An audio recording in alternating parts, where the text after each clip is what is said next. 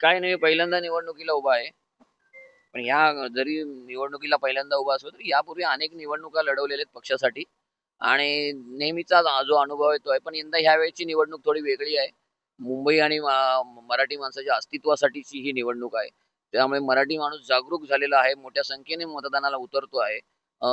मराठी आणि मराठी माणूस आणि मुंबई या अस्तित्वासाठी जर सगळेजण उतरत असतील आणि मतदान करत असतील तर ही सजगता जी आहे लोकांची त्याचं मी स्वागत करतो, अभिनंदन करतो.